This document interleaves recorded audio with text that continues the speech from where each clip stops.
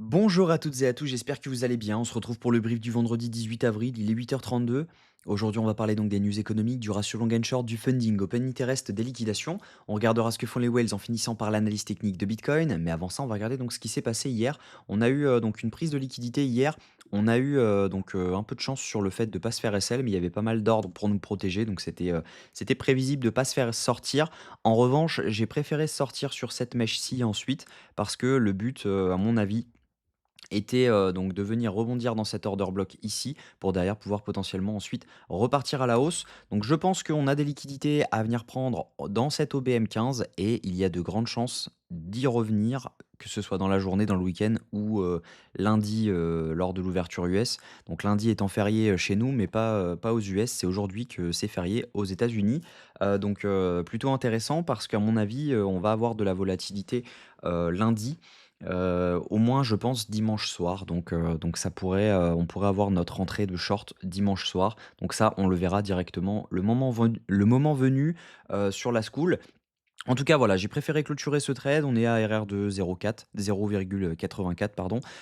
Voilà, c'est pas le meilleur trade, mais voilà, il a le mérite d'être pris. Donc ça fait que le mois est à, moins 2,1 actuellement. Ça va vite se remonter, hein, clairement, on est sur moins 2,1. C'est vraiment rien, donc ça va vite se remonter avec un trade. Ça devrait aller. En tout cas, ce que je pense, c'est que actuellement, bah, si jamais on doit, donner position sur Bitcoin, je pense que voilà, avec cette prise de liquidité ici, on a assez liquidé actuellement à court terme pour pouvoir potentiellement revenir chercher un peu plus haut avant de potentiellement avoir ce dump parce qu'on pour rappel, on a quand même beaucoup de liquidités à venir prendre ici et ici. Donc il y a de fortes chances d'avoir ce dump. Maintenant, je pense qu'à très court terme, on a la possibilité d'avoir un dernier rebond parce que voilà, ça ne ressemble pas vraiment à un top. Donc logiquement, on devrait venir liquider cette zone. Maintenant, il faut quand même avouer une chose, c'est qu'on a quand même une fractale qui est en train de se créer.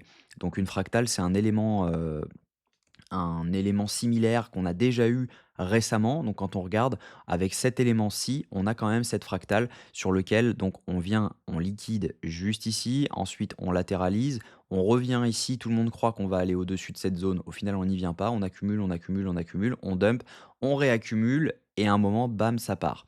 Et là, c'est un peu ce qu'on est en train de faire. On fait notre mouvement, on revient ici, on revient dans le mouvement, etc. On accumule, on accumule, on accumule. On croit qu'on va venir liquider au-dessus. Au final, non, on latéralise et à un moment, boum, ça part.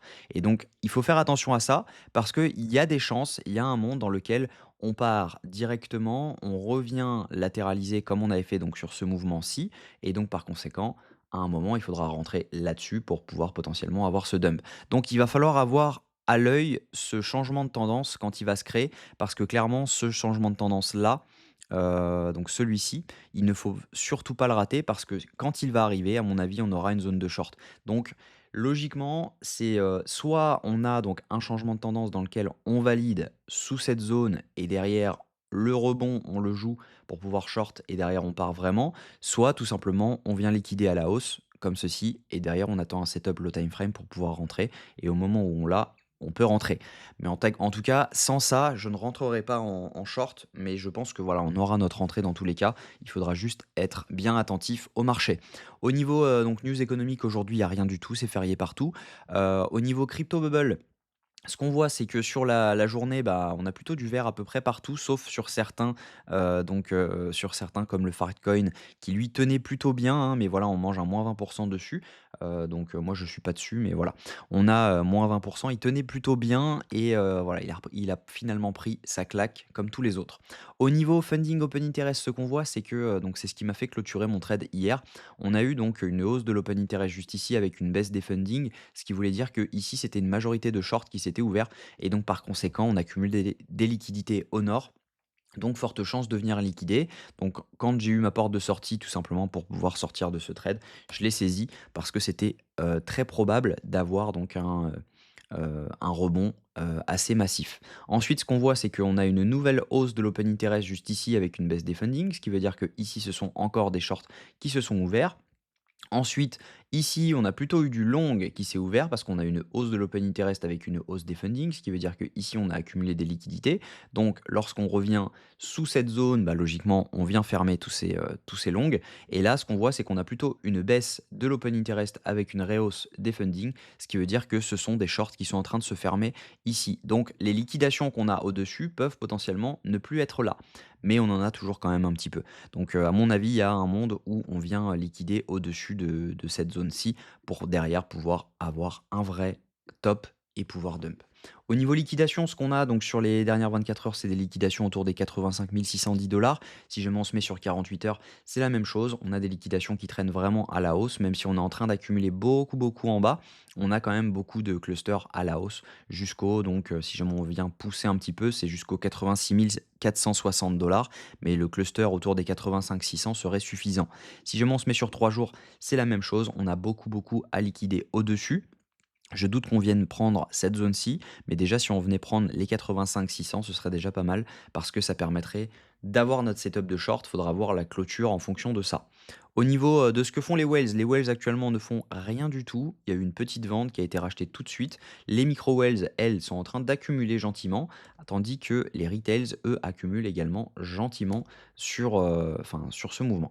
Donc clairement, on n'a pas vraiment de volume énorme en spot, on n'a pas de volume énorme au niveau des ETF, au niveau des ETF sur le volume acheteur en spot.